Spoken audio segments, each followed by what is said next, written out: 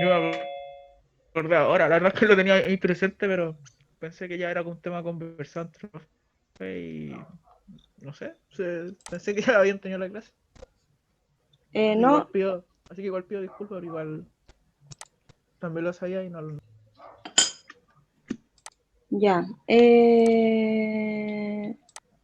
¿Quién se acaba de incluir? Fernando. Hola, Fernando, perdón, mil no hay disculpas, problema, no se preocupe. mil disculpas porque me acabo de dar cuenta de que, claro, agendena y como el día miércoles, Roberto y yo hacemos en la mañana y después yo hago la tarde sola, entonces como que no sé por qué, como que pensé que hoy era miércoles y tengo a la gente, claro, al grupo de la mañana, lo coloqué en el de la mañana y el de la tarde lo olvidé por completo, ni siquiera le mandé el link y eso que dije todo esto anoche. Pero es que estoy con tantas cosas en mi cabeza que les pido mil disculpas. Así que vamos a seguir como en lo que estamos, vamos en la parte de la máquina de anestesia. Después terminamos con la diapo número 5 y ustedes, que son del grupo que entraron recién, se quedan conmigo y vemos la cápsula 1 y 2. ¿Ya? Así lo vamos a hacer. Ok, profe. Aquí. ¿Ya? Y les pido mil disculpas, chiquillos. Mil disculpas. Es que estoy frente a mi computador desde las 8 de la mañana, entonces de verdad ya. Josefina, apellido Galvez. Claudia Morales ya la tengo. Fernando Merino. ¿Quién más es de tu grupo? ¿Del grupo de ustedes? Cristian Castillo. Con H, profe, Cristian Castillo. Sí, lo sé. Lo estoy mirando. Gracias, profe. No se preocupe, que ya lo sé. ¿Quién más? ¿O son ustedes 4 nomás? Yo, profe, No, Josefina Galvez. Josefina Galvez. ¿Son 5? Falta Yasmín. profe, voy a decirle a los chicos que anoten su nombre y apellido en el grupo, entonces ahí usted después solamente revisa ahí nomás. ¿Ya? Ya. Listo. Entonces, como ya está la mayoría,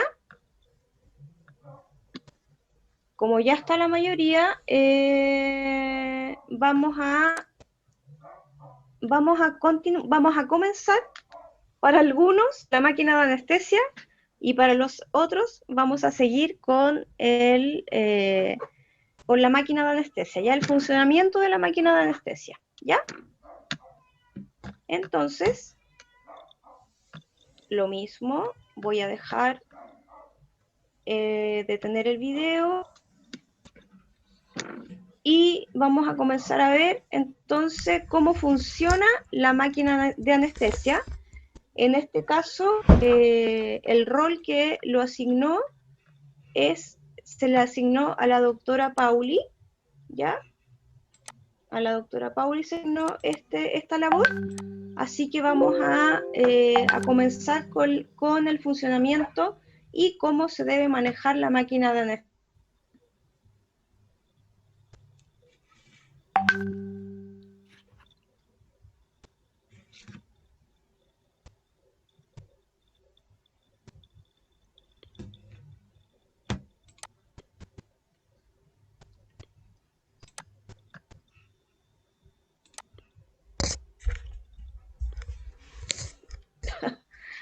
¡Ay, Dios mío!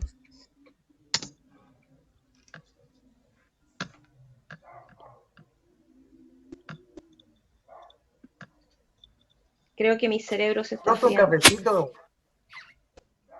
Y para allá voy a ir ahora. Los voy a dejar con esta cápsula y voy a ir a... Estoy hasta ronca hoy día. Ya, los voy a dejar con esta cápsula y me voy a ir a preparar un café, ¿ya?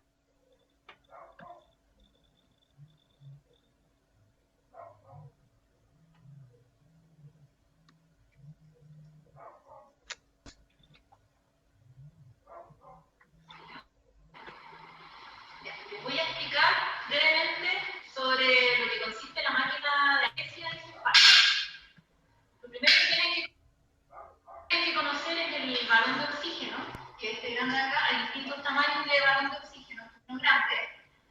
contiene gas comprimido a altas presiones. Esta válvula que se aprecia acá se llama manómetro de presión, que nos dice cuánta es la presión del gas que se encuentra en este balón de oxígeno. Normalmente está a 2200 psi. Cuando ya baja a 200 o a 100 psi, tenemos que cambiar el valor.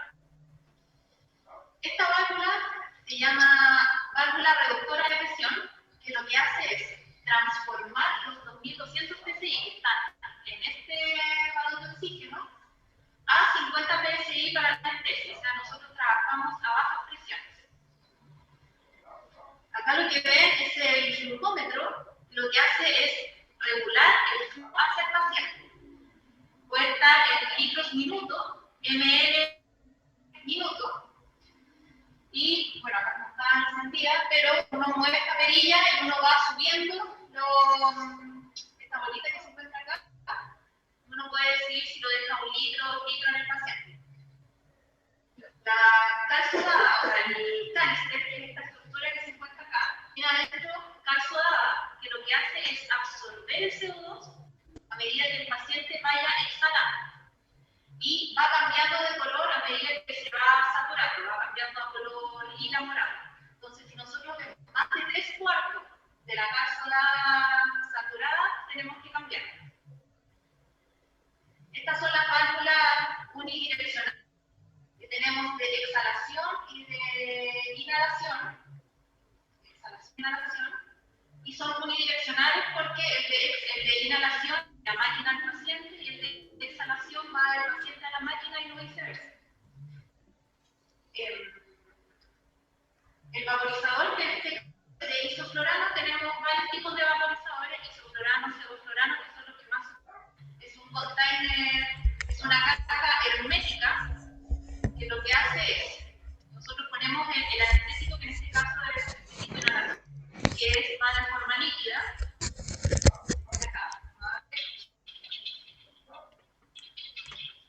Abre esta tapita, uno ingresa acá el anestésico inhalatorio, que es líquido, lo vuelve a cerrar, y se transforma en gas a medida que va pasando el oxígeno al gas del balón, y se va entregando como gas anestésico al paciente.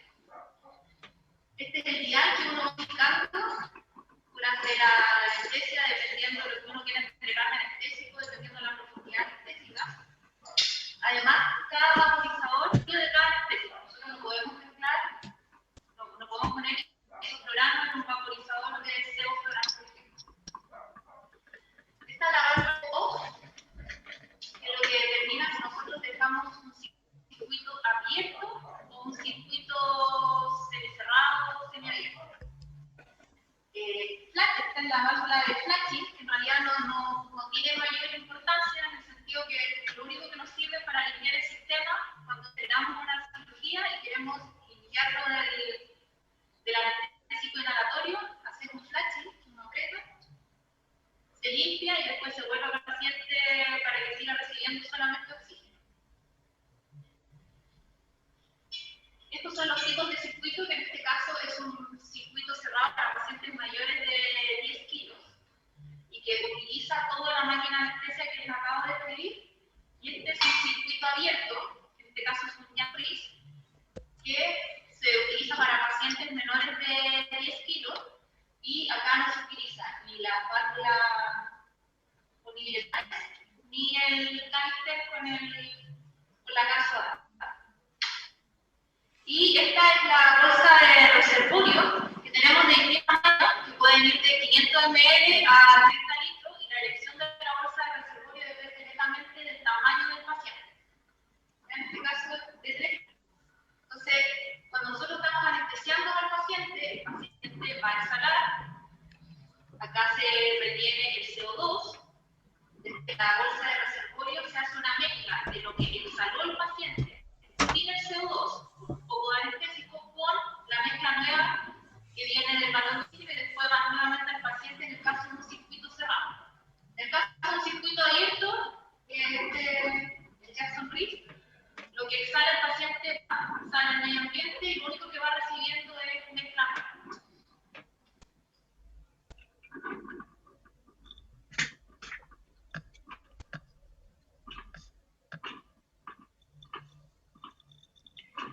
Súper.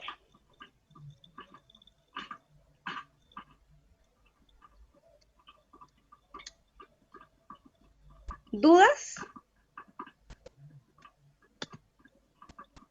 Profe, sabe que yo escuché como más o menos el video, no se escuchó muy bien, con mucho retorno. ¿Tuvo retorno? Sí, Pero, pucha, es que lamentablemente eso parece que no es de mí, no es problema mío, es de tu internet o de tu computador. de internet, profe.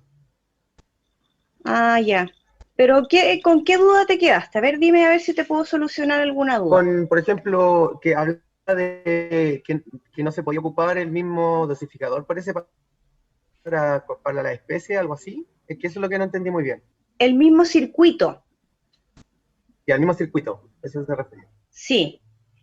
Lo que pasa es que los circuitos abiertos, pues, en el caso del Jackson Reese, son circuitos diseñados para pacientes que movilizan poco volumen. Por ejemplo, si tengo un gatito que pesa 3 kilos y que voy a ocupar, esta manguera era súper larga, la de unidireccional, ¿Sí? ya. Si yo quiero anestesiar a un paciente de 3 kilos con ese circuito semi cerrado o cerrado completo, la cantidad de volumen tidal que expira e inspira el paciente no es capaz de avanzar en ese tubo tan largo, porque el espacio muerto que hay en este circuito no permite que se haga el intercambio. ¿Eso es Por por la eso, presión? no es por un cuento de presión, es porque el espacio muerto, piensa tú que eso mide como 1 metro. Pues Entonces, ¿cómo? se ve largo, eso. Para eso. Claro, entonces el Jackson Reese es súper finito y es solamente unidireccional. Entonces el paciente inhala y exhala por el mismo conducto, por el mismo tubo. Y a ese sistema abierto se le llama, es un sistema de Jackson Reese. Ya, profe. ¿Ya? Para que lo busquen y ahí tengan busquen más Ya, profe, información. gracias. Más dudas. Voy por mi café, que me preparé café de cafetera. Los escucho.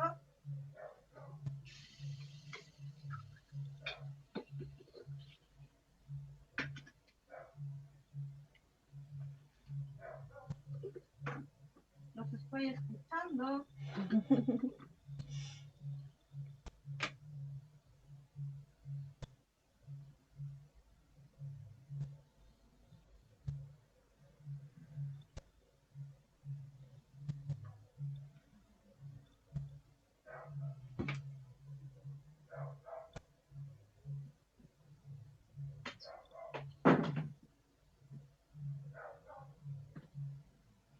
Ya.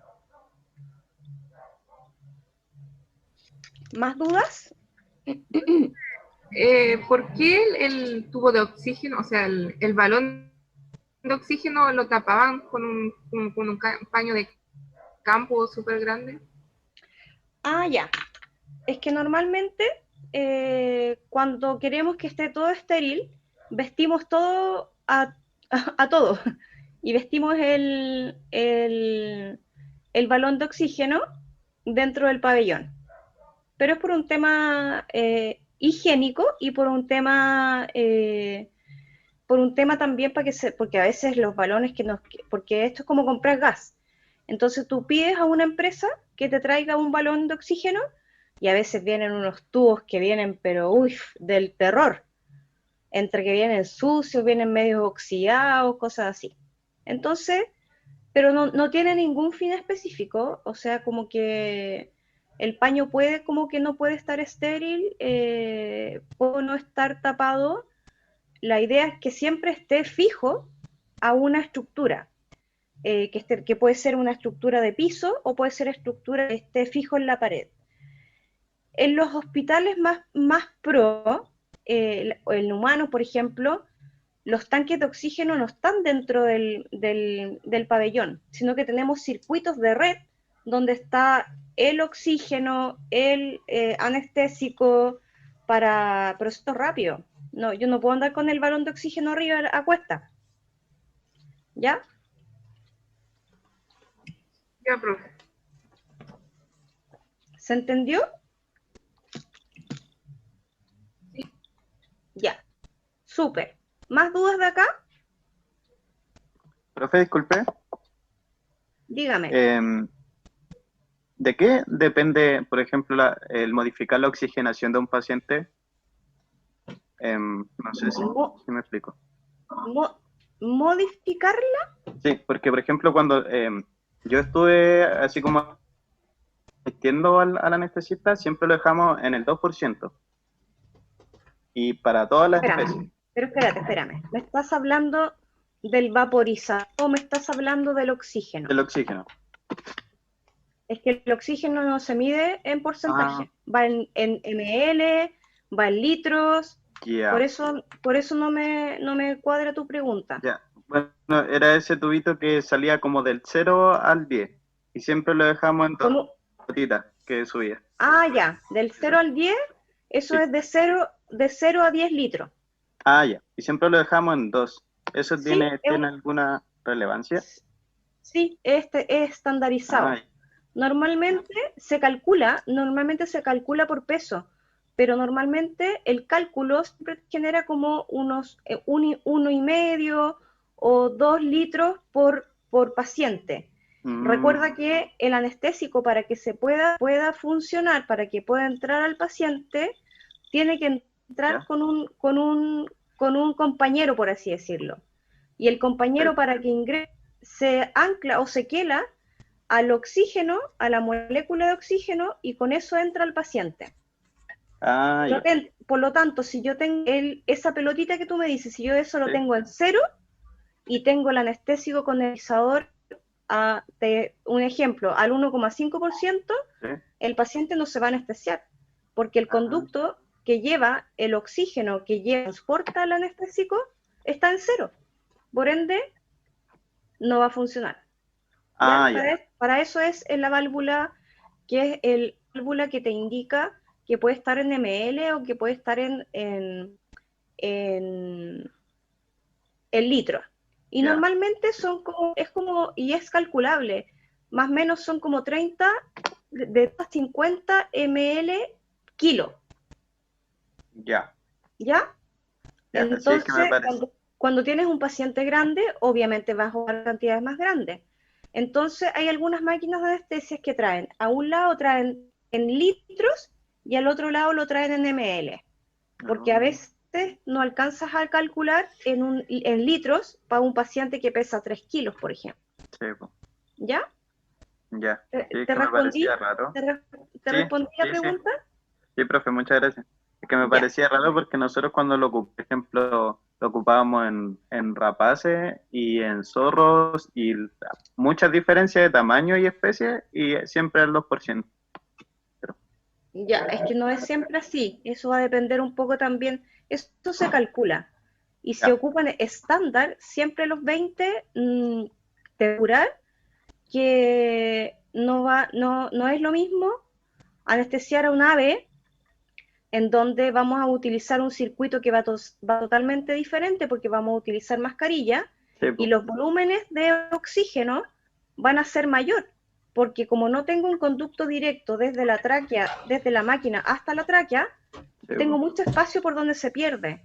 Entonces, en animales exóticos o en aves o en fauna se pierde mucho anestésico precisamente por esto, porque tengo que ocupar más flujos de oxígeno porque no tengo una conexión directa desde la máquina a la tráquea. ¿Ya? Sí. De hecho, hasta nosotros mismos quedamos anestesiados. Y en los animales menores, eso se puede calcular y yo lo puedo medir. A lo mejor por eso, si tú has visto harto de exóticos o silvestres, claro, los estándares son estándares. Y a lo mejor ocupan 2 litros porque es la cantidad que se requiere porque ahí tú no lo calculas. Ahí solamente esperas que el paciente se anestesie. Sí. ¿Ya? Así es. Ya. Muchas gracias, profe. De nada. ¿No más preguntas de acá?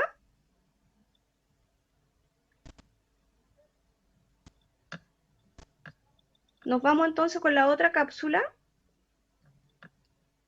Es la cápsula de monitorización. para los alumnos que llegaron, perdón, los que les envié, es que envié tantos links anoche que ya está vuelta mono. Ya. Ah, no, pues esto ya lo vimos. Ay, pero ¿por qué? ¿Pero por qué? Compartir pantalla.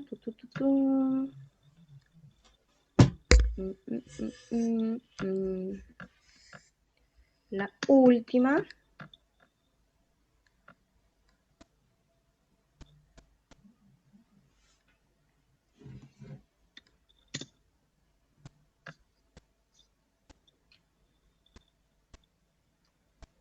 Oh, qué lata. ¿Por qué me pasa eso ahora? Ay, Dios.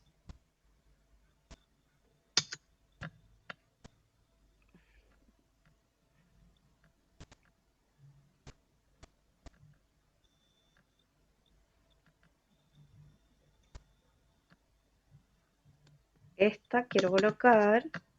Espero que se vea.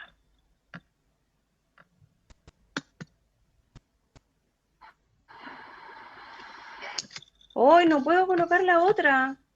No sé qué me pasa. No sé qué le pasó a mi computador.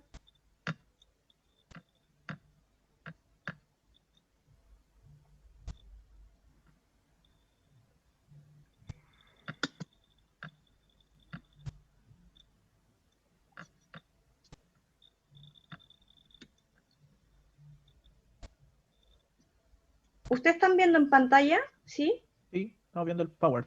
Y ven, me ven el PowerPoint. Y ven que coloco La- la diapo número 5 y me aparece la máquina de anestesia. Ahora está apretándola y no sale La nada. 5. Sí. Estoy apretando la 5. Abrió una esta comentario. Ay, no sé. No Lo otro sé que qué puede hacer pasó. es poder apretar al control, suprimir Y abrir todo de y nuevo. abre el. Sí, abrir todo de nuevo. Es que ni siquiera eso me responde, mira. Ya. Creo que ahora sí.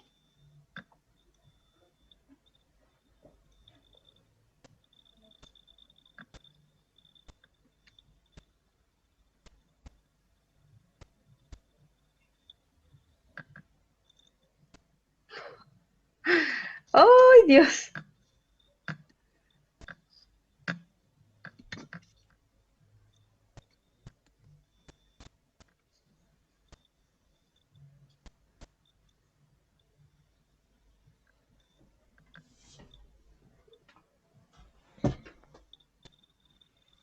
Ya, ahora sí.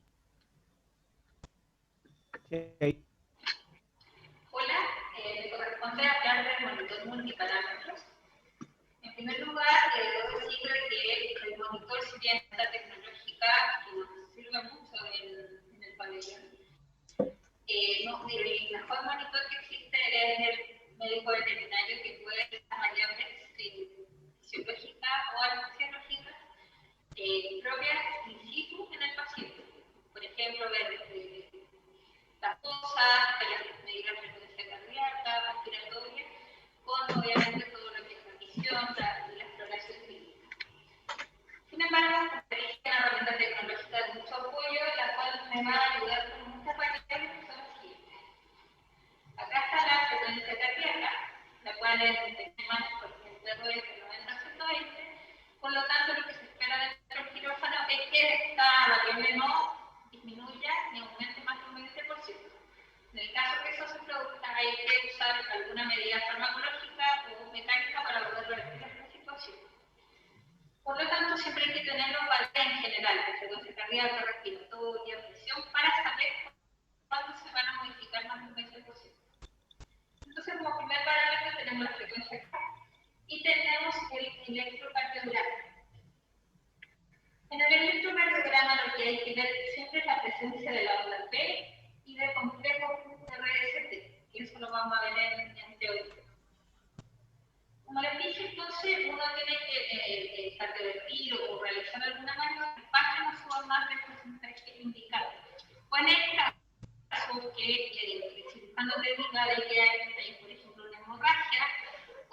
los tejidos están con hipoperfusión, están pálidos, y ahí también hay que ver si eso corresponde a una baja de presión o una baja frecuencia cardíaca, que eso va a indicar si es la fuerza de contracción del miocardio o la frecuencia en la que está latiendo lo que hay que cardiovertir.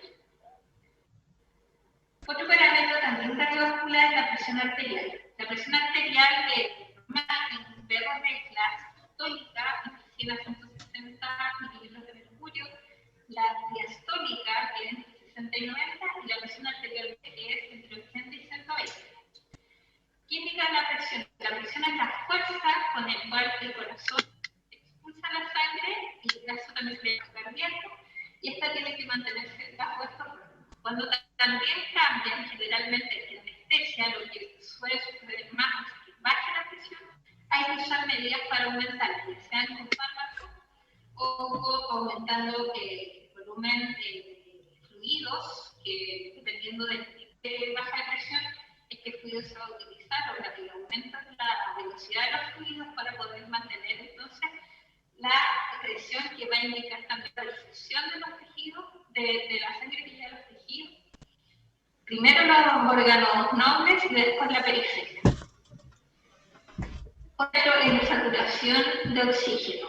Esta indica con qué actividad se une la hemoglobina el oxígeno a la hemoglobina del eritrocito. Lo ideal es que sean que el 100% de los eritrocitos estén unidos, obviamente a oxígeno, hemoglobina unida a oxígeno, pero los rangos que se acercan son entre 97, 99 y 100%.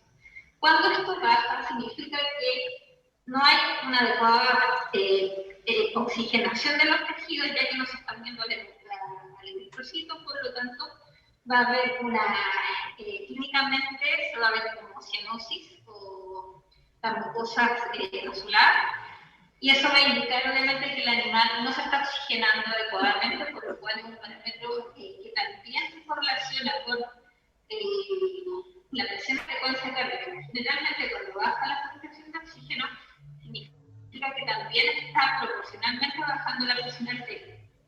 Estos tres parámetros son los cardiovasculares, y lo que hay que tener en cuenta es que esto se correlacione con la clínica. O sea, si yo tengo 120, me dice que tiene 120, yo lo tengo que corroborar con el fonendoscopio en el paciente, porque hay otro fenómeno que se llama la disociación electromecánica, en el cual el monitor te da unos valores, sin embargo, este fenómeno que no se da muy frecuentemente, pero existe, cuando el paciente está mostrando algo totalmente distinto clínicamente.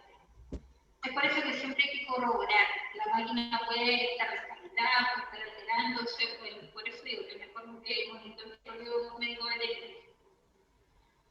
Ahora pasamos a las variables respiratorias. Bueno, la saturación de oxígeno también obviamente refiere la unión del oxígeno al eritrocito, como les decía, la hemoglobina específicamente, y también se ven en este monitor de ciclos por minuto. En pequeños animales, pero de 15 a 30 ciclos por minutos. Cuando esto se ve alterado en anestesia, hay que rápidamente tomar medidas. ¿Por qué? Porque cuando el animal empieza a hipoventilar, puede asistirlo mecánicamente, ayudándolo a ventilar con el balón expansor o con un ABU. Y en el caso de ventilar espontáneamente, hay que usar un ventilador mecánico, si ya la situación se agrava, o si el paciente está con algún bloqueador neuromuscular. En efecto, hay que usar un ventilador. Y finalmente está la temperatura, que la temperatura corporal con cuánto entró el paciente a ello. En el caso que venga un paciente con un estado febril, obviamente va a entrar con una temperatura alta y generalmente la anestesia general va a producir hipotermia, hipotensión, porque se usan generalmente fármacos del sistema nervioso central para producir lo que se espera, que sea analgesia y relajación muscular. Eso también va a relajar los músculos de la mente y a nivel de hipotálamo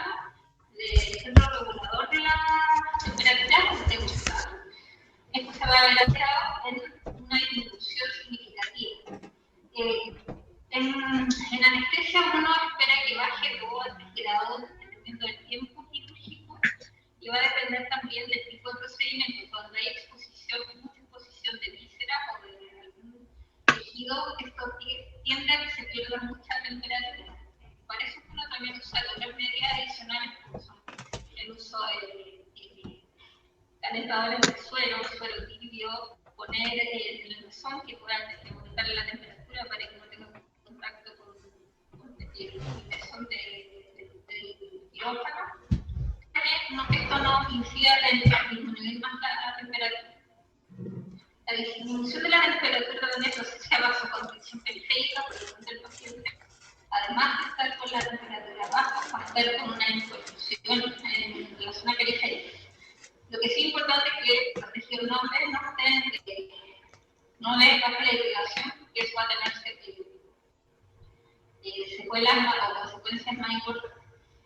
Y un paciente que termina, cuando se termina el procedimiento quirúrgico, uno toma la temperatura, si está baja tiene que ayudar, obviamente el que aumente, sin embargo se sugiere que no se aumente más de 1 grado por hora, ya que el aumento brusco de temperatura también puede ir cambios metabólicos en la célula que pueden alterar el funcionamiento normal del organismo.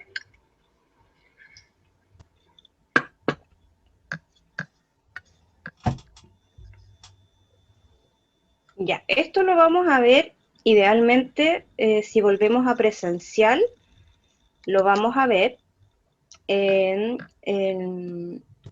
un paciente real. La verdad que explicar la monitorización, saber la parte teórica, que esto también lo vieron en la parte de anestesia con la doctora Paulina. Bueno, quien les hablaba también es la doctora Ciudad, con ella trabajamos los días sábados en el programa de Executive, y nos pusimos de acuerdo en general para que todos habláramos lo mismo, todas las sedes lo mismo, todos estamos aprendiendo lo mismo.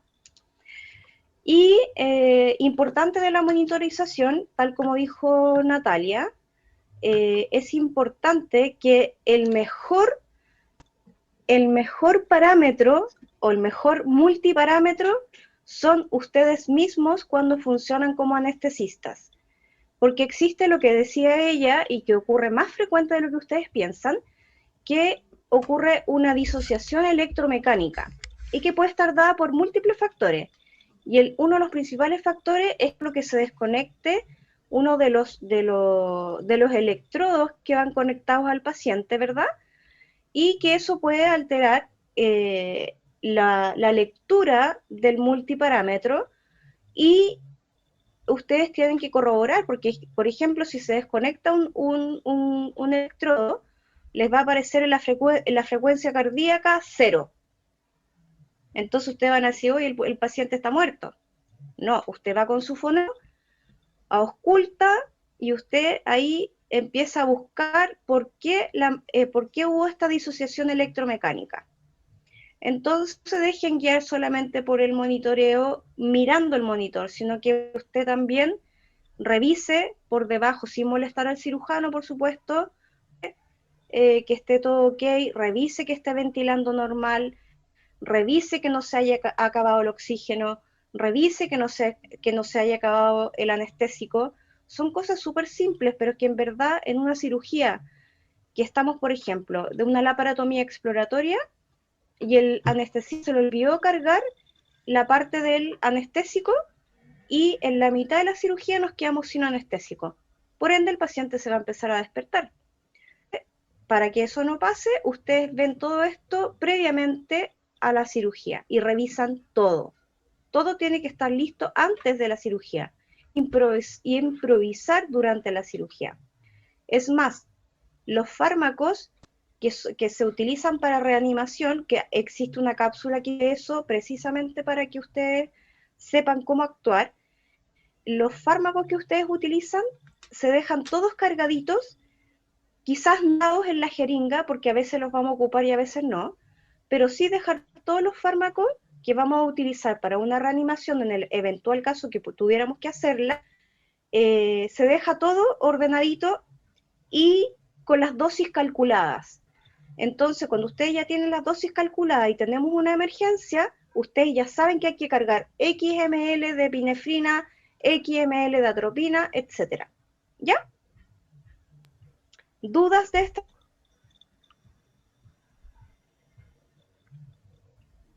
Profe, Si se ve, dígame. bueno, no sé si sea el caso respecto a los fármacos para anestesiar, pero bueno, a mí me ha pasado que dentro de la práctica hay algunos fármacos que no se pueden sacar y dejar en gel por el hecho de que si les llega la luz o tienen algún otro factor desde afuera, se puede como echar a perder algo. En el caso del inhalatorio, perdón, no el inhalatorio, los fármacos para inyectar endovenoso, no hay ninguno que tenga alguna desventaja así. Sí, todos. Por eso le dije, cuando usted prepara los fármacos, ¿ya? Usted no abre nada. Usted calcula la dosis del fármaco Ya. y deja todo en una cajita sin abrir. Usted tiene las dosis Ya. calculadas. Ya No, porque si no, comprendo. imagínate, o sea, vamos a calcular y vamos a perder cuánto material hay de Sí. insumo. Ya. Yo pensé que era como dejar las jeringas listas, No, como ya no. para llegar a inyectar. Ok. Se deja la jeringa que voy a ocupar, por ejemplo, con la epinefrina. Se Ya, deja ya la jeringa que entiendo. voy a ocupar. Se deja la jeringa que voy a ocupar con dopamina, pero no las abro, a no ser que Ya. sea necesario. ¿Ya? Ya entendí. Ok, gracias, profe. Ya, de nada. ¿Más dudas de esta parte?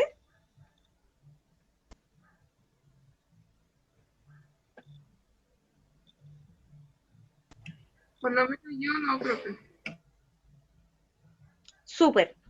Entonces, los que comenzamos al horario normal, y les vuelvo a pedir disculpas, chicos, al grupo de Roberto, pero se me fue completamente. De verdad que... Y eso que hice, agendé todas las reuniones ayer. ¿Y por qué alguien ayer no me dijo nada? Si yo nunca voy a agendar una reunión a la misma hora que es la reunión. Y ustedes ya me conocen, yo agendo todo el día anterior. ¿No les llamó la atención que no les mandé un link?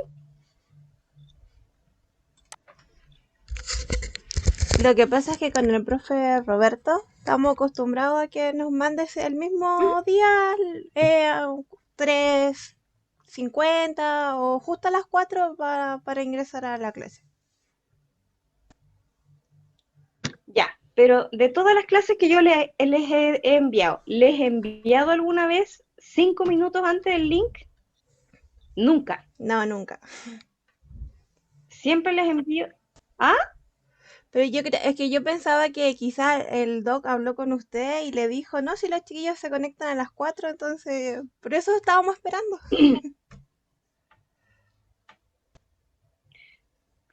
Sí, lo que pasa es que empezamos a las 3. Empezamos hoy más temprano porque me quería desocupar temprano para seguir revisando las pruebas. Pero no importa, no se preocupe. Yo voy a seguir con ustedes y vamos a ver las otras 2 cápsulas que no hemos visto con ustedes. El resto del curso, que ya vimos las 4 cápsulas. Chiquillos, si no tienen más dudas, se pueden ir, o si se quieren quedar, no hay ningún problema tampoco. Y a su criterio.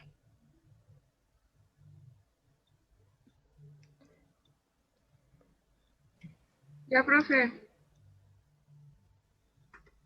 Ya, profe, sí, se va, se queda. Yo me voy. Yo igual, Ok. profe, tengo que ir Igual. al estudio. Sí, chiquillos, ningún problema. Nos vemos la próxima semana y nos vemos el martes y después nos vemos el jueves. Ya, chao, Ya, profe, profe, cuídese, ya. que esté bien. Igual ustedes, chiquillos, cuídense Cuídese mucho. mucho, que esté bien. Hasta luego. Igual. Ya, chicos.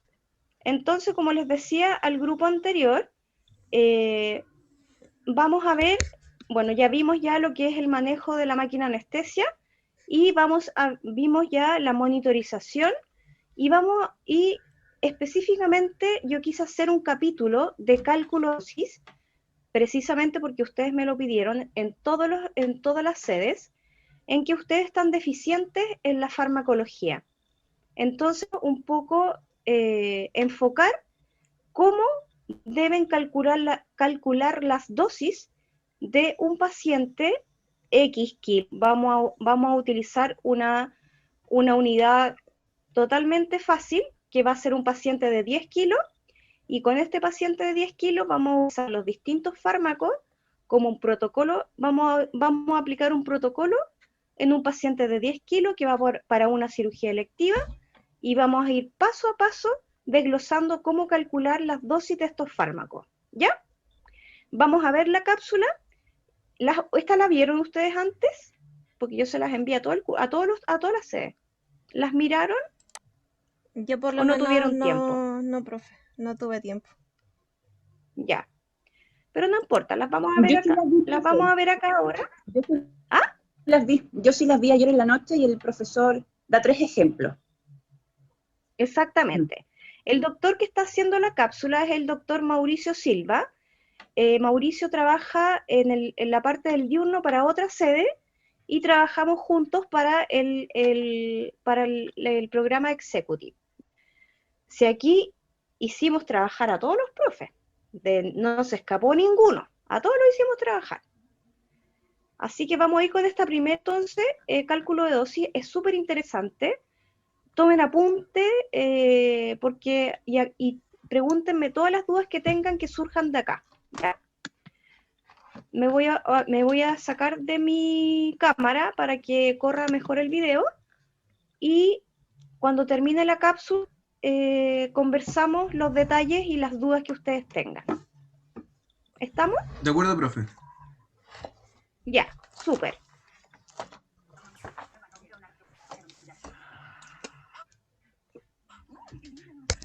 ¡Ay, qué atroz! Mi computador. Tierra. ¡Oh, qué heavy! Alguien tiene un audio prendido. Se siente como una novela.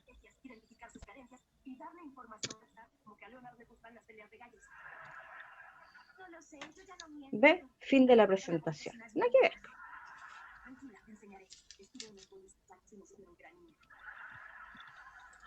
Venga. ¿Perdón? Fernando Merino tiene. No, sí, me acabo de dar cuenta, perdón, que estaba revisando. Sí, es que se escuchaba como la. No, sí, perdón. Me enviaron un corto de una cosa por Facebook, perdón. ¿Qué? ¿Estaba viendo la teleserie usted? ¿Qué me Ojalá, enviaron ni un siquiera, profe. Es broma, es bromita. No se preocupe, si estoy atento a su clase. Así que estamos. Ah, ya, muy bien. Ya. Concentraditos acá, por favor. Hola, en esta ocasión vamos a utilizar una cápsula en la cual vamos a explicar los cálculos 2. Tenemos dos ejemplos. Lo más importante para hacer el cálculo de dosis es tener 3 datos fundamentales. Primero, en esta ocasión vamos a utilizar un paciente canino. Datos fundamentales: tener el peso del paciente, en esta oportunidad un paciente de 10 kilos. Tenemos que tener de nuestro fármaco, tenemos que tener la dosis kilos y la presentación del fármaco al inicio. En este momento vamos a utilizar el medicamento midazolam, cual tiene una dosis por kilo de 0,2 miligramos y tiene una presentación de 15 miligramos en 3 ml. Y el peso del paciente 10 kilos. Con estos 3 datos ya podemos realizar un ejercicio en el cual podemos especificar la dosificación de nuestro paciente. Lo primero que debemos hacer es obtener la dosis en miligramos totales que vamos a utilizar con nuestro paciente. En este caso, midazolam es 0,2 miligramos por kilo, ¿cierto? Y debemos saber en esta regla de 3 cuántos miligramos vamos a utilizar en el paciente de 10 kilos. Regla de 3,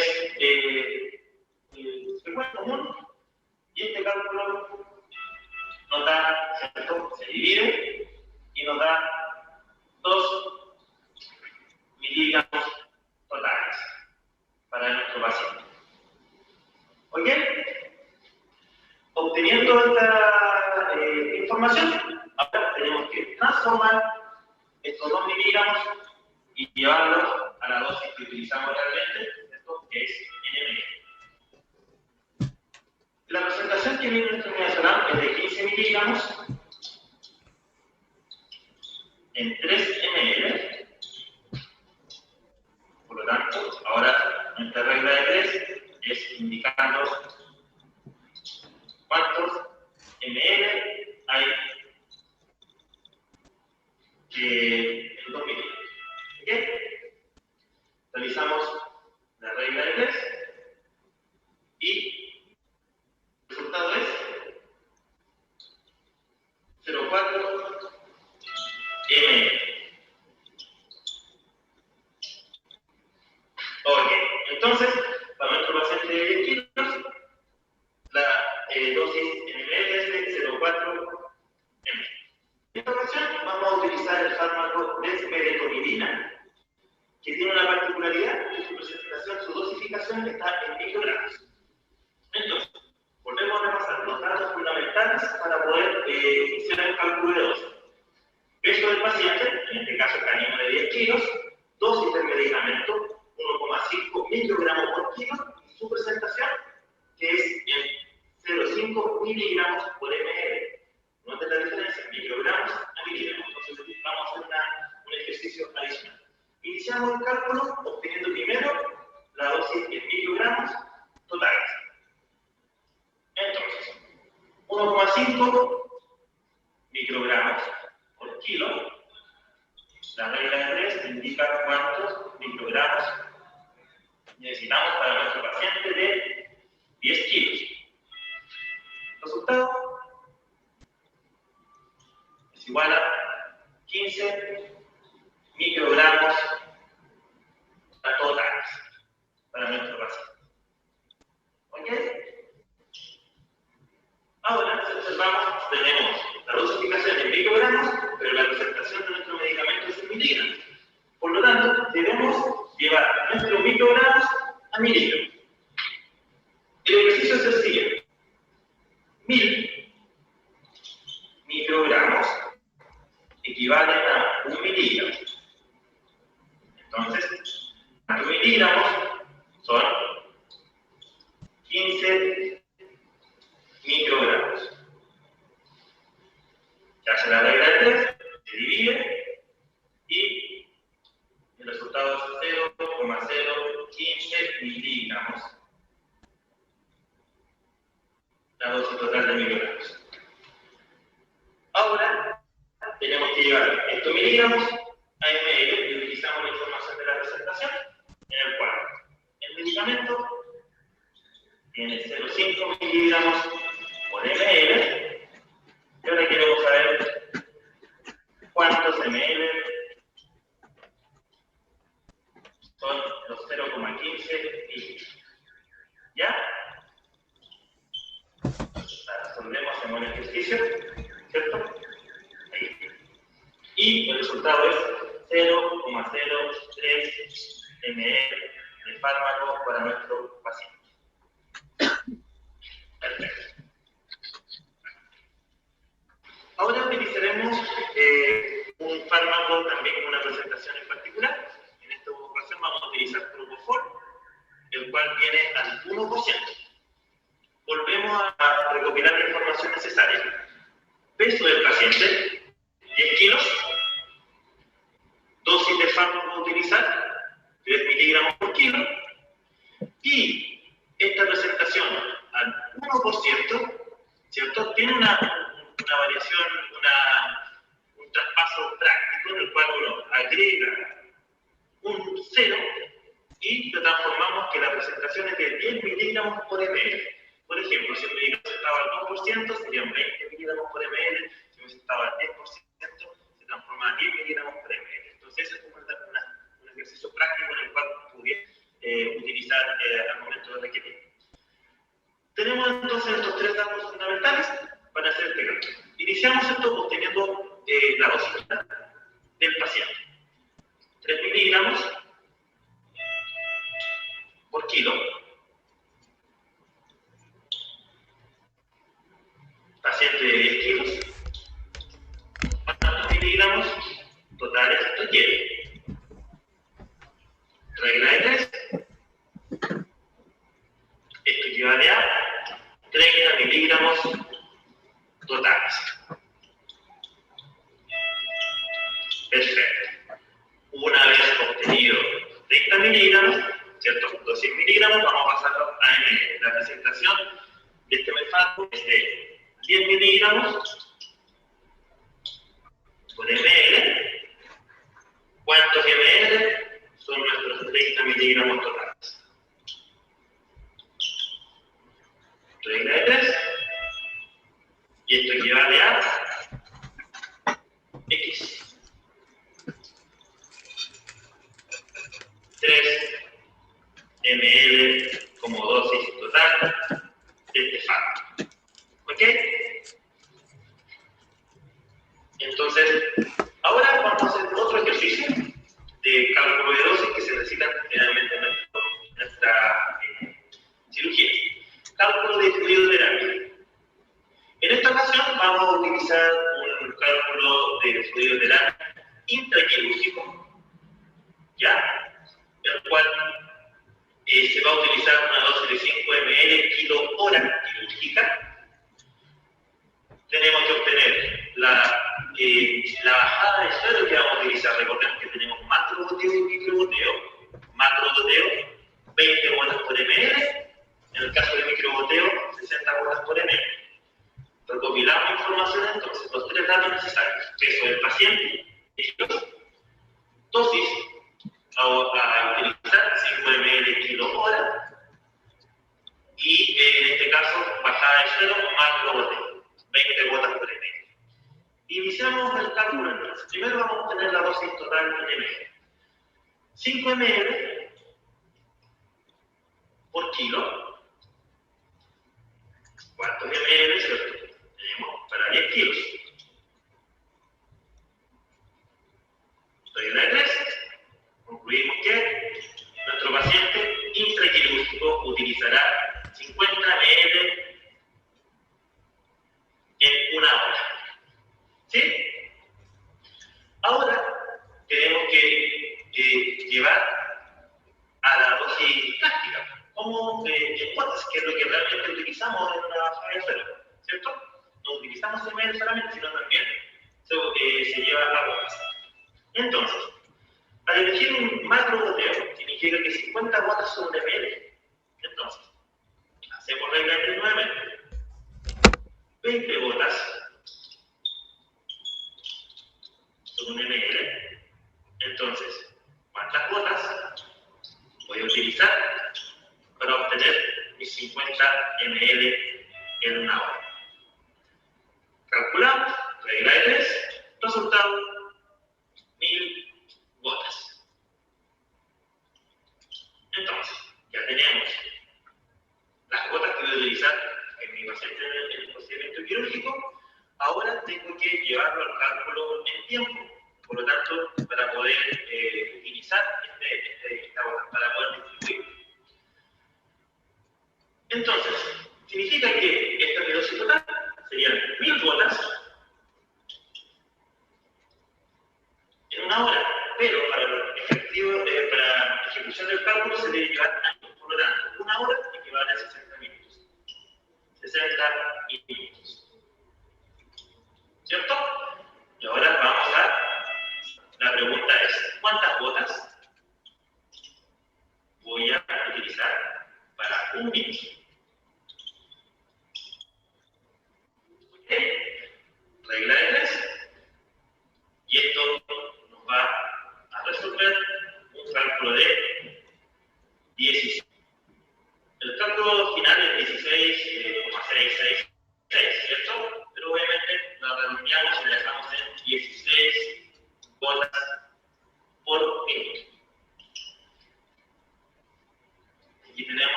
hemodinámicas.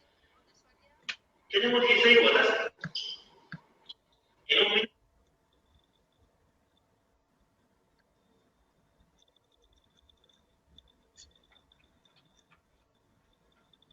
Perdón, es que alguien me pidió entrar.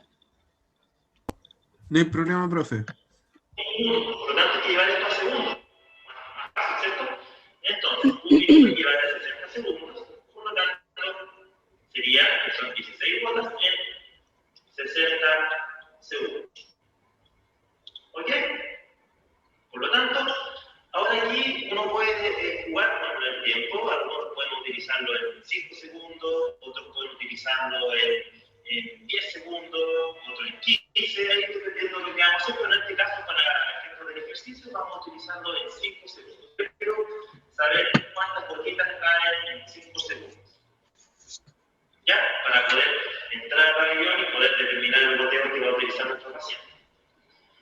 Regla de 3, y el resultado es 1,3 aproximadamente gotas, pero redondeamos, la dejamos en una gota cada 5 segundos. Entonces, en nuestra fluidoterapia, 5 ml kilogramos, concluimos en que el goteo debe ser una gota aproximadamente, ¿cierto? Cada 5 segundos.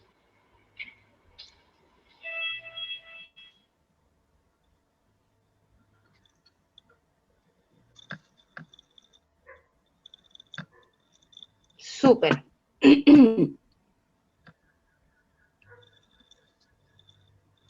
¿Dudas?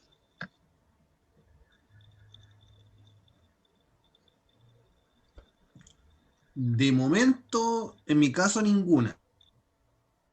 Está súper clarita la cápsula. Sí, Lo hicimos el paso a paso.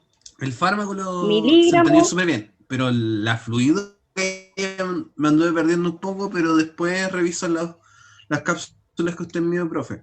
Pero pregúnteme pues, si tiene duda, ¿en qué se quedó perdido? ¿Qué perdí? Cuando empezaron a calcular con el goteo, ahí yo ya me perdí. Ya. Pero lo voy a revisar después, no se preocupe, profe. ¿Seguro? Seguro. Y si tengo alguna Ya. duda, le escribo un correo. Bueno, pero para que entienda bien, le voy a hablar del contexto general. Primero tienen que tener dos parámetros que son importantes. Primero, el peso del paciente y la dosis que van a utilizar ustedes, que la dosis de mantención quirúrgica es de 5 ml kilo hora. ¿Ya? Teniendo eso, tú armas el contexto de tu fluidoterapia. ¿Y de qué va a depender la cantidad de gotas? Si tú vas a ocupar una bajada de macrogoteo o si vas a utilizar una bajada de microgoteo. Y esto sí lo tienen que saber y es súper importante para el tema de las gotas. Si ustedes trabajan con un macrogoteo, 20 gotas equivalen a 1 ml. O al revés, 1 ml son 20 gotas. Cuando utilizan un macrogoteo. Si utilizan un microgoteo, o bajadas pediátricas también que se llaman, el ml va a estar constituido por 60 gotas. Entonces, en este caso, van a ser 60 gotas, 1 ml. Macrogoteo, 20 gotas, 1 ml.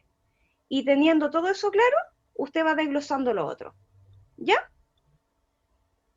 Ya, perfecto, profe. Muchas gracias. Ya. De nada. ¿Más dudas?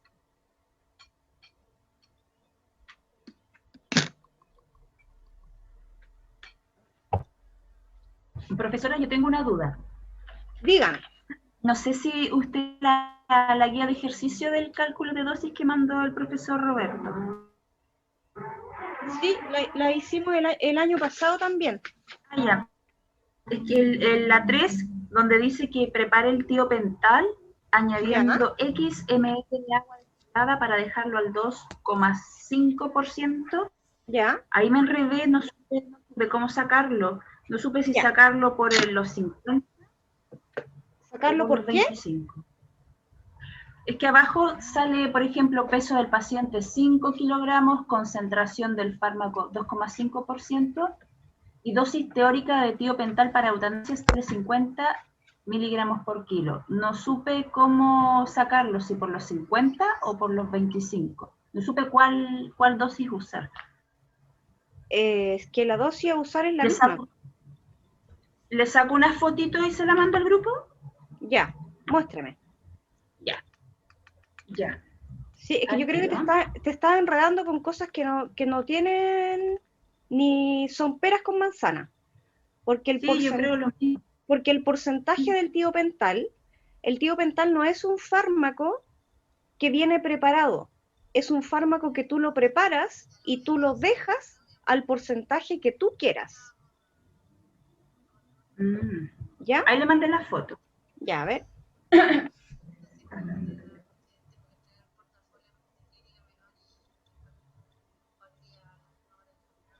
Ah, ya, pero les dio la concentración del fármaco. Más fácil todavía, no les hizo preparar el tiopental. Entonces, ¿cuál es su duda? No entiendo.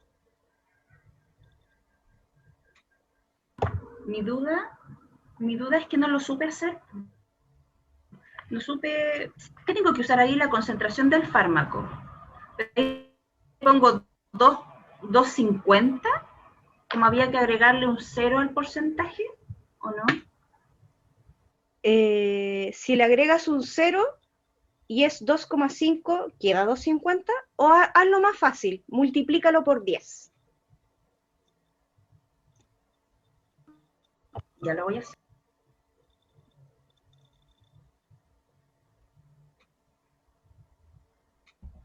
Que es agregarle un 0 en realidad también.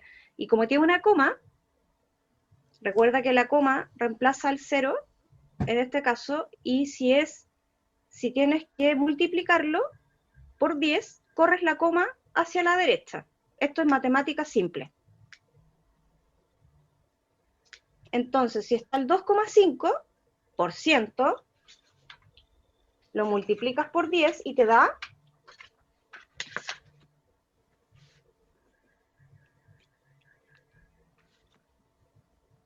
Me da los 25. perfecto, te da 25 miligramos en un ml, ¿sí? Y te queda así.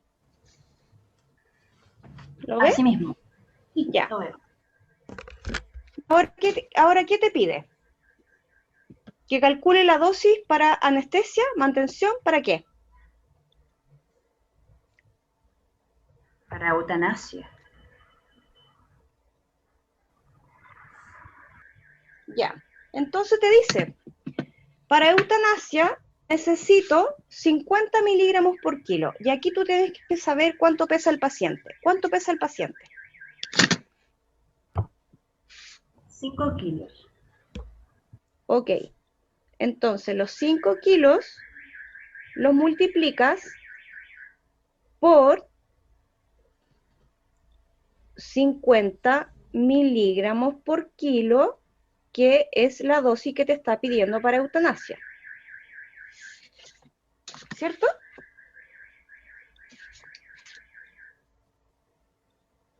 Miligramos con miligramos, ml con ml. Regla de 3 simple. La dosis, que es un porcentaje de 25, del 2,5, perdón, nos entrega la información de que son 25 miligramos en ml. Pero yo necesito para este paciente 50 miligramos por kilo porque lo voy a usar para eutanasia, como es el de acá. Entonces, ¿cuánto necesito? 50 por 5, ¿cuánto es? 250. 250.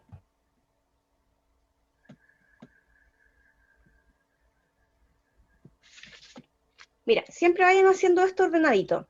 Entonces necesito 250 en XML. Yo lo sé la dosis para la eutanasia, pero no tengo idea cuántos ml son.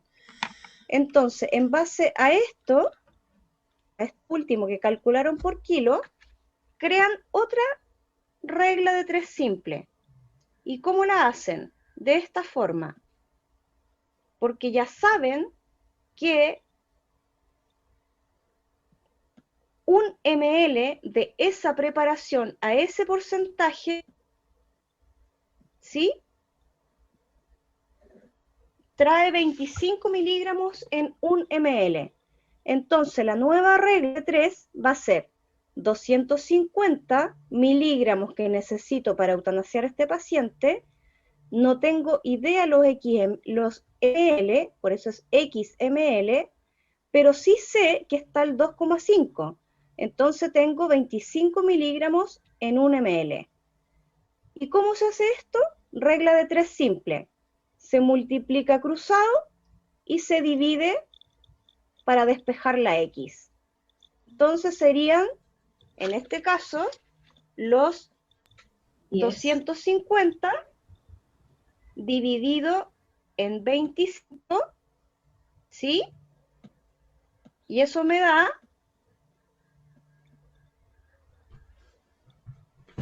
¿Cuánto le dio? Me dio 10. A lo mejor lo hice mal. ¿No? Está súper bien. Entonces, al desglosar, digo, entonces, necesito 250 miligramos, multiplico cruzado, ahí, multiplico cruzado, 25 por 1, 25, ¿cierto?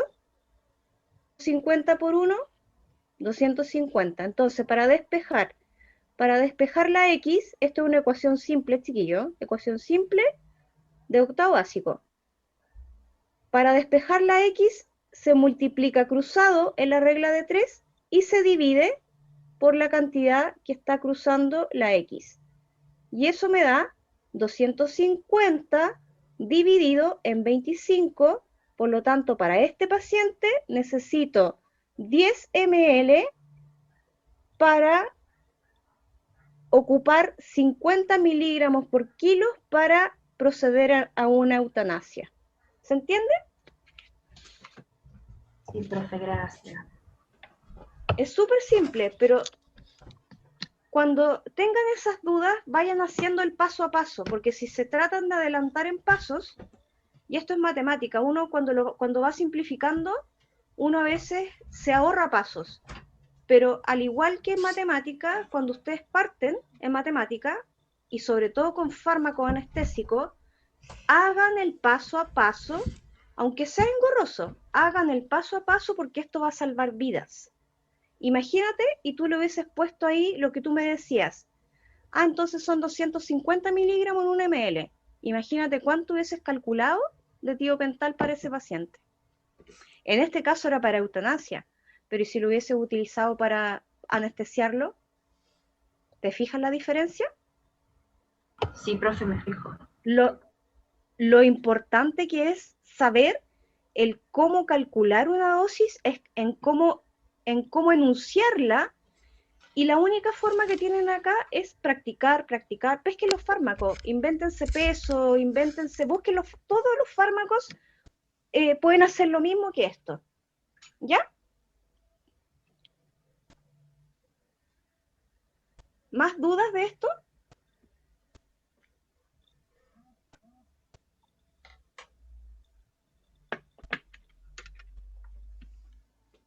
Está súper clarita la cápsula, así que yo creo que tienen que verla nomás. Sí. Una sugerencia, sí, profe, y lamento si se escucha alguna Dígame. mascota de fondo, eso sí. Podrían sugerir el hacer, por ejemplo, las cápsulas, por ejemplo, de cálculo de dosis, que no sea en el pabellón, porque por el tamaño del espacio se produce mucho eco. Entonces eso igual dificulta un poco el escuchar el audio. Al menos a mí me pasa, no sé si a otros les puede pasar. Sí, lo que pasa es que esas cápsulas las grabamos todas en un mismo día. Ah, Entonces, no es una cápsula que yo creé ahora. ya, perfecto. No. Trabajamos todo un día para hacer todas las cápsulas y que hicimos como 20 cápsulas. Oh. Entonces, no, la verdad que no te puedo ofrecer más porque... No era una sugerencia para el futuro, por si tenías que grabar cápsulas de nuevo. Sí, ningún problema. Solo que nos parecía, porque cuando hacemos la clase, ustedes están parados frente a ese pizarrón. Entonces yo quería que fuera lo más cercano a lo que ustedes van a estar en el pabellón como tal, ¿ya? Pero sí, es una buena sugerencia para otro. Piensa que todo esto es nuevo, para todos no es nuevo. Entonces, independiente que haya salido un poco de eco, estábamos todos trabajando con mascarillas porque teníamos que seguir un protocolo, pero si te fijas, yo encuentro que para ser amateur nos quedaron bastante buenas. No, las Encuentro yo. explicaciones están muy buenas, pero como dije, era como un tema de audio. Lulú. Ya. Bueno, lo vamos a tener en consideración otra eventualidad si tuviese que hacer más, más cosas online. Además que esto fue un ítem que yo coloqué que no existía en esto. Fue un ítem que yo les coloqué para ayudarlo a ustedes en la parte de farmacología. ¿Ya? Ya, ¿no hay más preguntas? Yo tengo otra pregunta. Pero es más que nada una recomendación.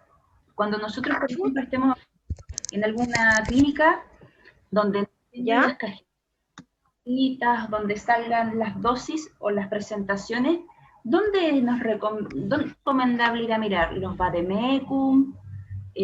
¿Por qué canal es más oficial como para saber con más precisión las dosis? De sus apuntes de anestesia, de sus apuntes de medicina interna, de sus apuntes de medicina felina. Por eso nosotros nos estamos actualizando todos los años para tener las nuevas dosis. Entonces, el prospecto de los fármacos, los laboratorios, ellos se quedaron atrás con las dosis. Entonces, muchas veces las dosis que trae un prospecto, a veces son muy elevadas o a veces están muy deficientes a lo que se ve hoy en día. Entonces, yo como recomendación siempre les digo a mis alumnos que tengan una libretita y vayan anotando. La Pauli les dio un montón de dosis porque le dije, coloca por favor la mayor cantidad de dosis actualizadas para que ustedes tomen apunte y háganse una libretita así, dosis de X fármaco, dosis para felino, dosis para canino, dosis intramuscular, dosis endovenosa, y así sucesivamente. La presentación del fármaco, si que va a ser en suspensión, si va a ser inyectable, si va a ser en jarabe, si va a ser en comprimidos, todo eso es importante. ¿Qué más es importante de los fármacos? Que cada fármaco tiene un ritmo horario que también está cambiando. O sea, tenemos fármacos, por ejemplo, como la cefazolina, que es un fármaco que yo ocupo mucho intraquirúrgico, y que hasta hace un año atrás, su ritmo horario y es un fármaco que se ocupa también en el intraquirúrgico de cirugía humana. Y el ritmo horario hasta hace un año atrás era BID, ¿ya? ¿Me entienden la signología? Cuando yo digo BID, TID, SID, ¿no les enseñaron eso? La verdad que en estos momentos yo no me acuerdo. Ya. Cuando es una presentación BID, quiere decir que son 2 veces al día, es decir, cada 12 horas. Entonces, la cefazolina pasó de ser un fármaco BID a ser un fármaco TID, de 3 veces al día. ¿Ya? Entonces, la caja del fármaco muchas veces no concuerda con la calidad. El caso más... Espérenme un segundo. ¡Ey! ¡No! Ya, fuera. No es tu comida esa. Sorry, mi perro le estaba comiendo la comida de mi gato. Lo pillé. Ya. Se me fue el hilo conductor. De que había pasado de ser BID a TID. Ah, ya, sí. Entonces, el caso más clásico es la dexmedetomidina. Si ustedes miran al reverso, y búsquenlo ahí en Google, googleen la dexmedetomidina y vean cuánto dice la dosis ahí en el prospecto del fármaco. Y vean la cápsula, en la dosis que ocupamos, la dexmedetomidina, que es la dosis actual que se ocupa. Y van a quedar para adentro. Realmente van a quedar para adentro. Entonces, la caja no me indica la dosis perfecta. A veces los laboratorios subestiman las dosis precisamente para que el fármaco se acabe más rápido y el veterinario tenga que volver a comprar, por ejemplo. ¿Ya? Así que como tips para de dónde me guío, guíese de las clases, guíese de los papers, busque información, las revistas científicas están entregando información siempre, ustedes tienen una biblioteca virtual a la que pueden acceder, entonces tienen muchas formas de cómo averiguar, pero no de la caja, no es algo que yo les recomiendo. ¿Ya? Ya, profe, muchas gracias. De nada. ¿Más dudas hasta acá? De momento no es. De momento no es. Hoy que hace tiempo que no escuchaba eso. De momento no es. Entonces ahora vamos a ir con la intubación endotraqueal. Y vamos a trabajar con el perrito que usted ya conoce, el perrito que está en Talagante, el de peluche me refiero. Y vamos a comentar después. ¡Uy, mi computador!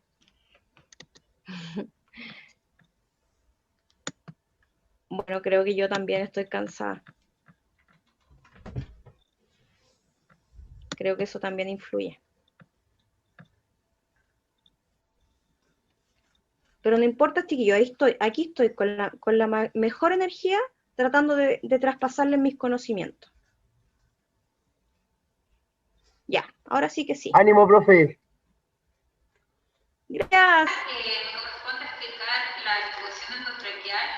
En primer lugar, la intubación endotraqueal tiene la importancia de que permite mantener una vía permeable del paciente para poder suministrar oxígeno o anestésico inhalante.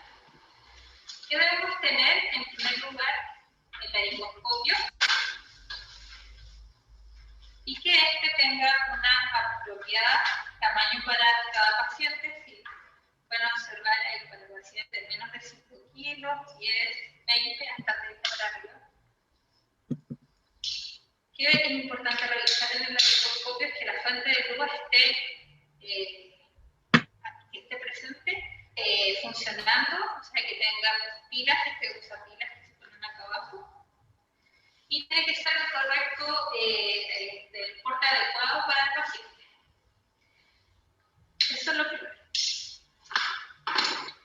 Lo otro es tener el traqueotubo adecuado también dependiendo del porte del paciente y del diámetro de la tráquea. ¿Cómo se calcula? Se calcula el largo del traqueotubo, de largo, principalmente desde los caninos hasta 2 centímetros sobre el esternón. Que en teoría, ahí es cuando se produce la bifurcación de los bronquios. Entonces 2 centímetros antes para no provocar una intubación monobronquial. En este caso, en este paciente vamos a usar el traqueotubo debería ser sobre.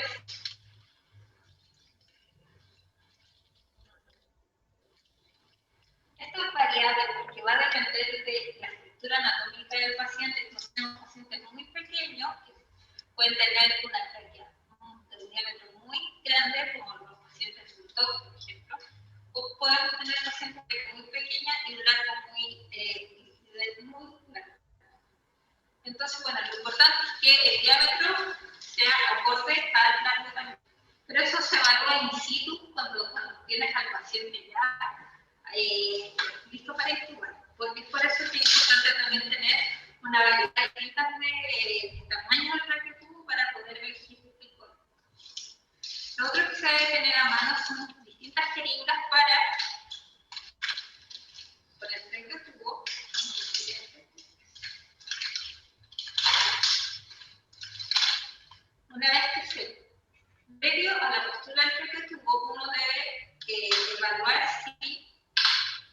primero si está estéril, idealmente usar uno estéril, y que el balón expansor, que es este, se encuentre íntegro.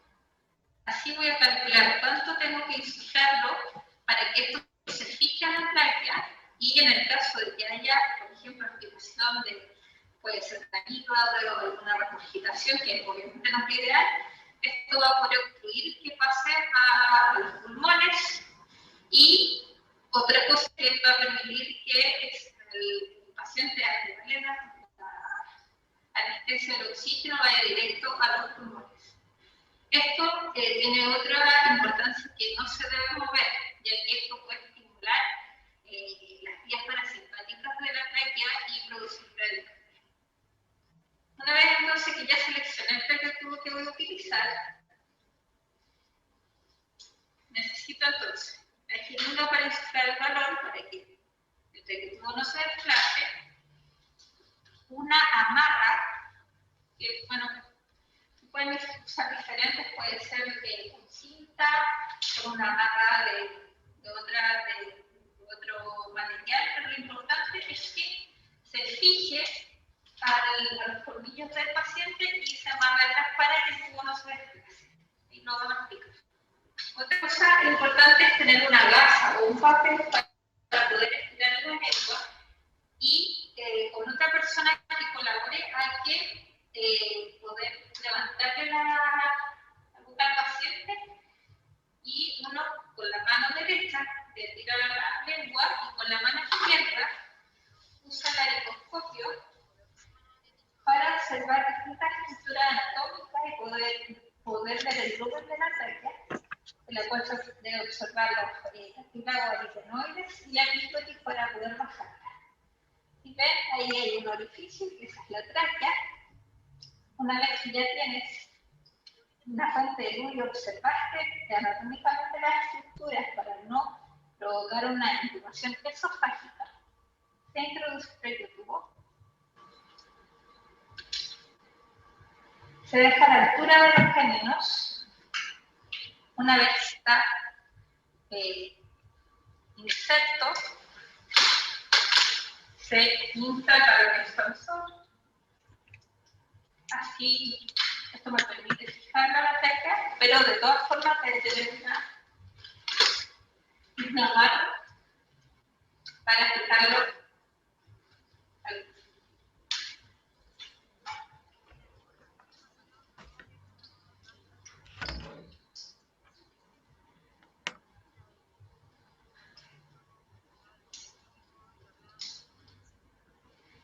¿Qué otra cosa importante? Para realizar toda esta maniobra el paciente tiene que estar anestesiado, porque si no, no va a permitir con reflejos, el reflejo de la tos, por ejemplo, poder intubar. Entonces tiene que estar hoy en el proceso de inducción o ya de mantención anestésica. Ideal, obviamente, hacerlo durante la inducción, que es lo que no hay que hacer. Una vez que está conectado entonces al paciente, esto debe conectarse rápidamente para la máquina de anestesia, y dependiendo del porte del paciente, qué circuito voy a usar. En este caso, un paciente de más de 20 kilos, se usa un circuito encerrado y se le fija al paciente.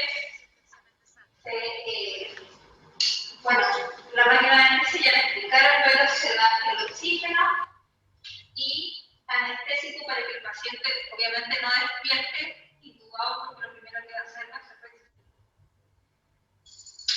Y la extubación, una vez que ya terminó el proceso, el procedimiento quirúrgico y viene el proceso de recuperación, se debe, una vez que termina el procedimiento quirúrgico, desconectar, hacer una práctica para limpiar el circuito y que saque todo el anestésico y deje solo oxígeno. Ideal mantenerlo unos 5 minutos solo con oxígeno para que tenga una mejor respiración. Una vez que el paciente ya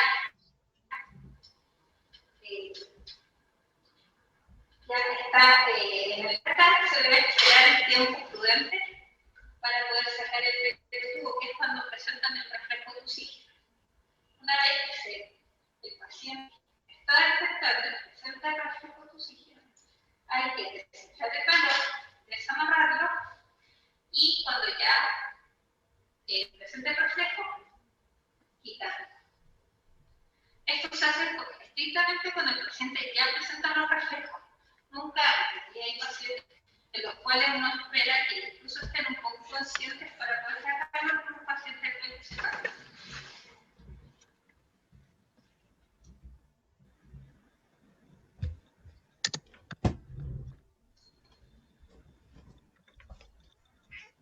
Ya.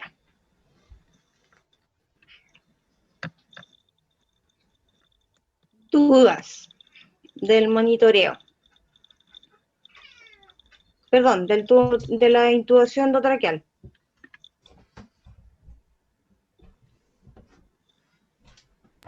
Sin dudas yo, profesora. Me parece muy bien.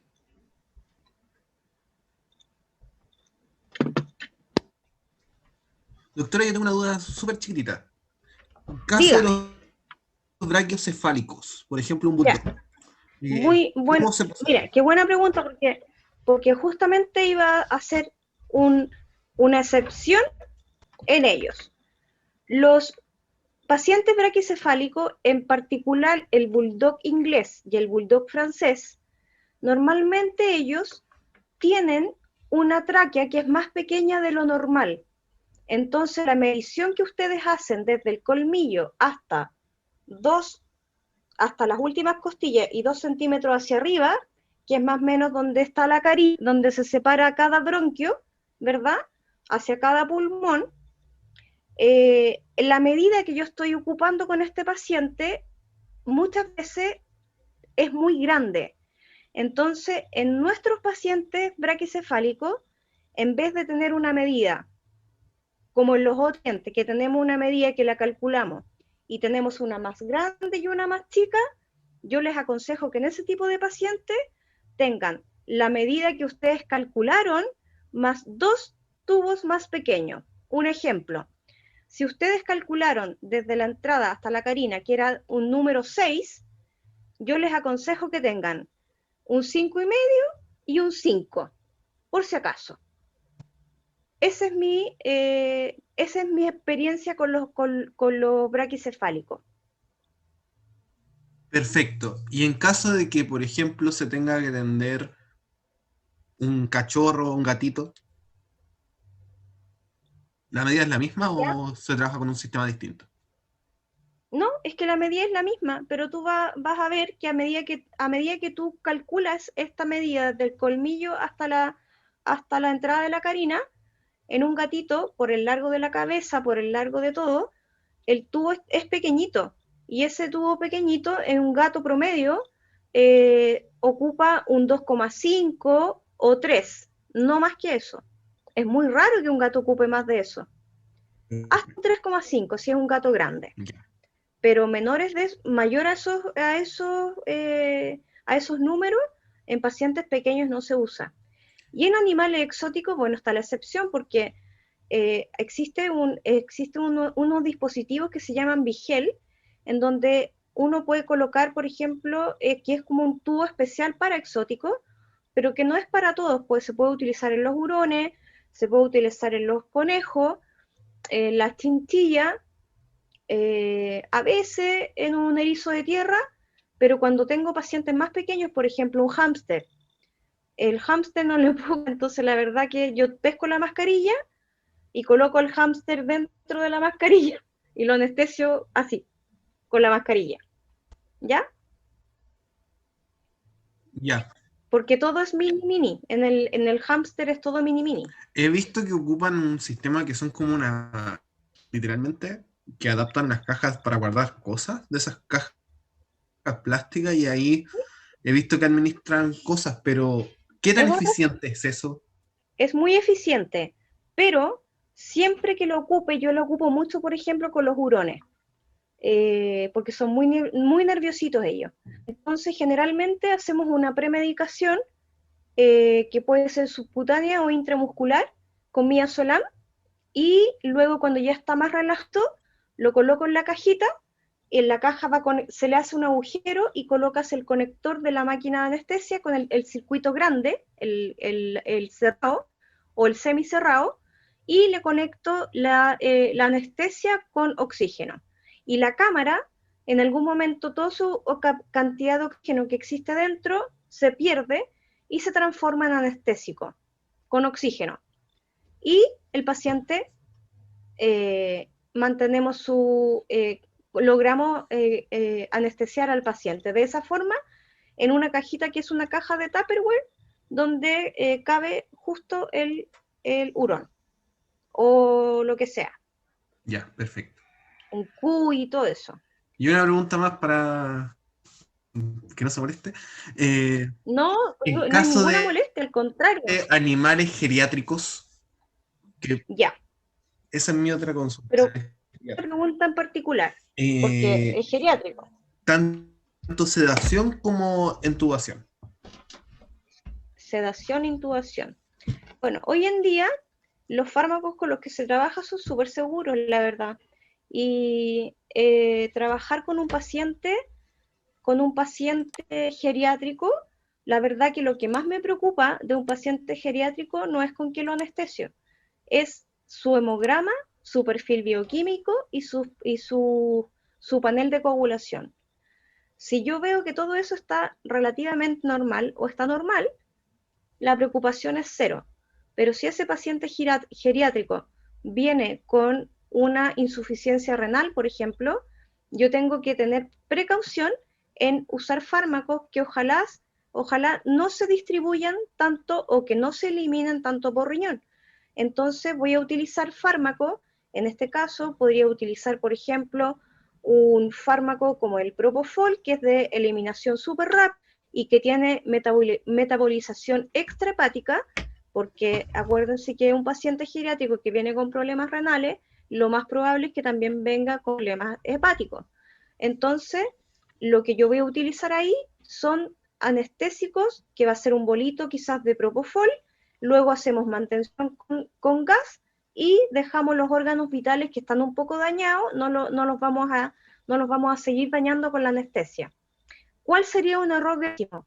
Que yo utilizara, por ejemplo, en un paciente geriátrico que yo sé que está con un problema hepático y que está con los parámetros renales aumentados, que utilizara, por ejemplo, ketamina. Porque primero se metaboliza en su 70% se meta el riñón. Por lo tanto, ese paciente que ya entró con insuficiencia renal, lo más probable es que salga y dure una semana de vida, pero porque yo no tomé la precaución de utilizar un fármaco que no fuera de eliminación ni de metabolización más renal. ¿Se entiende? Sí, profe. Ya, súper. ¿Qué más dudas tienen? Aquí me surgió una duda ahora que mencionó el Propofol. ¿Ya? El Propofol es dosis de efecto, ¿cierto?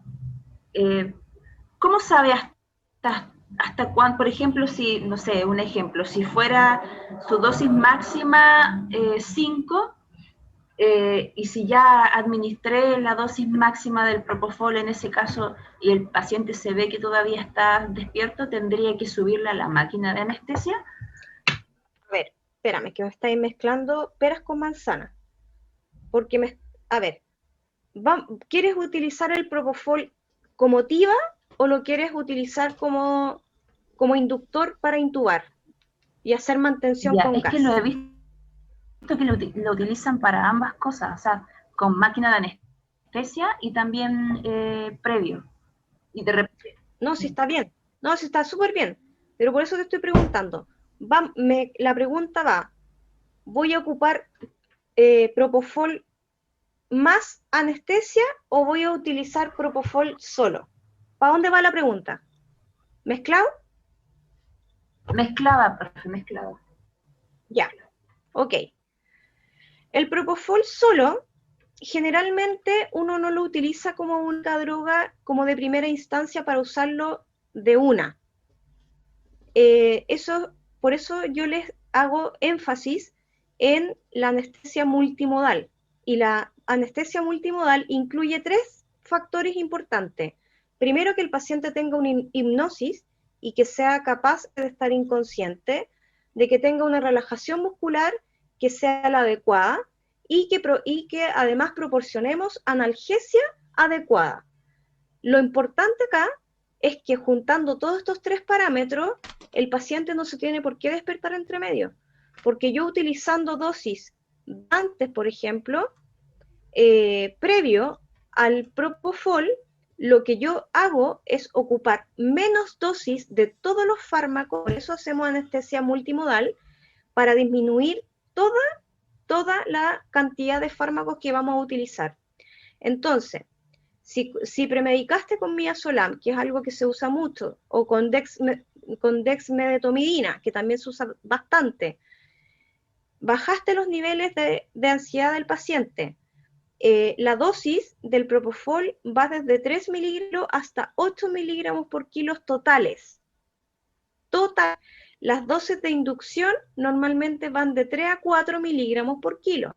Y esta fase de inducción, que es de 3 a 4 miligramos por kilo, si tú ya premedicaste al paciente con un sedante, tú vas a dividir tu jeringa en 3 bolitos, pendiente que calculaste 3 o 4 miligramos por kilo y no el total.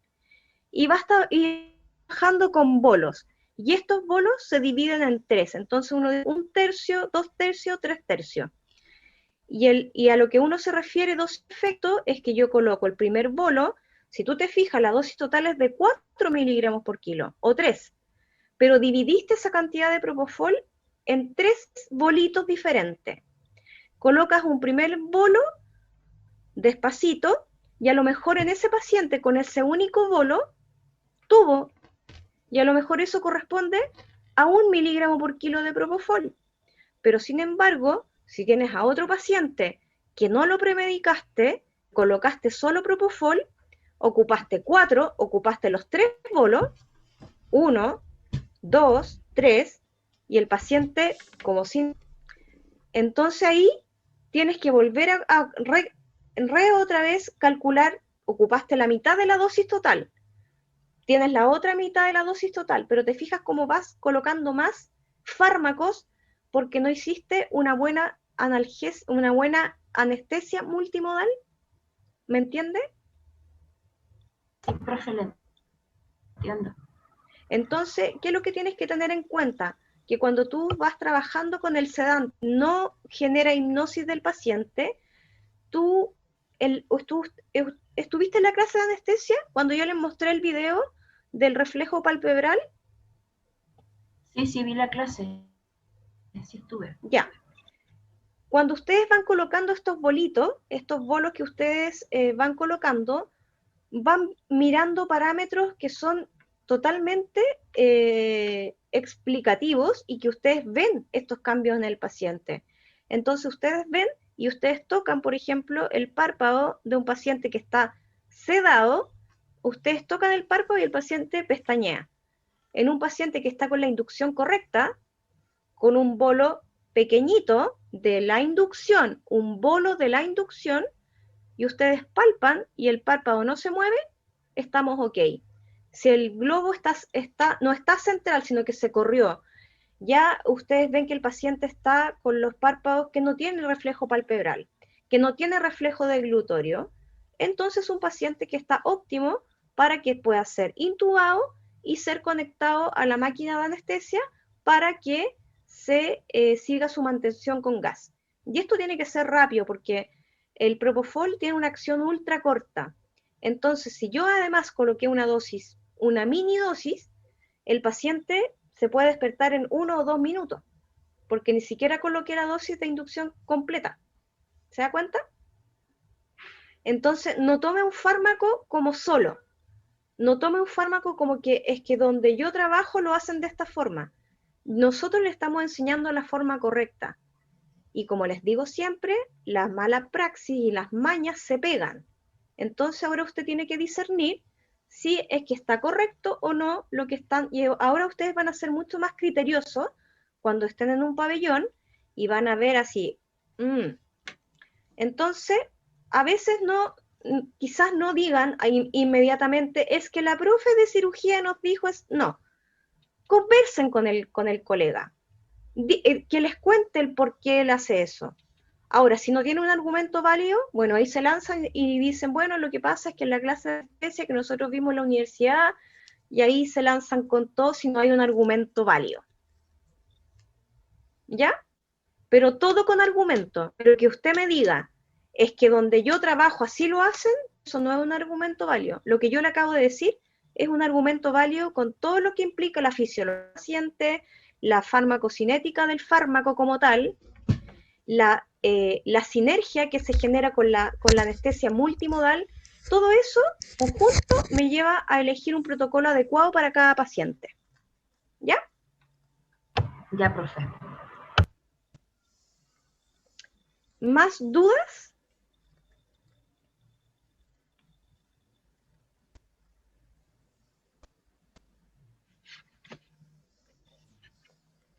Ninguna, profe. Ya, estamos entonces. Bueno, la próxima semana en quiz, no sé si le alcancé a decir a ustedes, creo que no, pero les voy a mandar un informativo igual. Tienen quiz el quiz es de instrumentación química, patrones de sutura y las cápsulas de hoy día, ¿ya?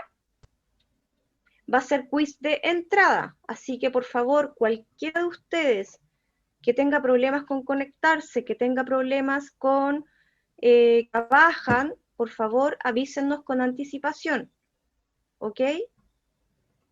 Y después vamos a tener un taller, que es un taller que colocaron entre medio que se llama Taller de Ética Profesional. El viernes vamos a tener una reunión con todos los profesores de cirugía de todas las sedes de Chile y vamos a determinar qué y cómo se va a hacer ese taller, porque en un principio lo iba a hacer una psicóloga de la universidad, pero está súper colapsada de pega, entonces no sabemos cómo vamos a proceder ese día, pero al final de la semana yo les voy a decir cómo vamos a funcionar, ¿ya? Pero hasta el minuto, eso es lo que yo sí les puedo asegurar, que hay quiz escrito, tipo prueba, tal cual lo hicimos la prueba. Yo les voy a enviar entonces a su correo, ustedes la contestan y la envían de vuelta, ¿ya? Y la envían de vuelta dependiendo con qué profesor estén cada uno.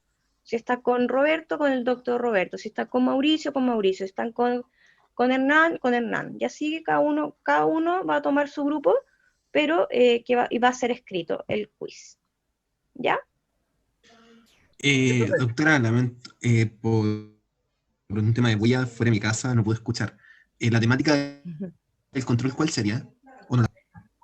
Sí, dije. Instrumentación quirúrgica, patrones de sutura y todas las cápsulas que vimos hoy día. Perfecto, doctora, muchas gracias. El jueves, ¿cierto? De nada. Sí, el jueves. Okay. Profe, eso también incluye la cápsula de monitorización y todo eso. Todas las cápsulas que vimos hoy día. Ya, profe. ¿Ya? Profe, Ya. No. Dígame. que le voy a decir que yo me tengo que retirar, que tengo que trabajar. Por favor. Ya, muchas Sí. gracias. Chao, profe, gracias. De nada. Ya, chicos, si no hay más dudas, mi cabeza se va a reventar porque creo que he estado todo el día frente al computador hablando. Así que Ya, profe, les voy a mandar desconéctese, relájese un rato. Sí, lo necesito. Ya, profe, verá. Ya, profe, gracias. Gracias. Chiquillo, mil disculpas que se me olvidó. No hay problema, cualquiera le puede Se me pasar, fue. siempre hay una primera vez para todo. Se me olvidó, pero lo solucionamos. Terminamos igual viendo las 4 cápsulas. Exacto. ¿Ya? Ya. Ya. El profe descansa. Cualquier duda me escriben, ¿ya? Sí, nos vemos, profe. Ya, profe, que esté bien, cuídese. Ya, que estén súper bien, chiquillos, y cuídense mucho. No, profe. Ya, que estén bien, chao, Chau, chao. chau.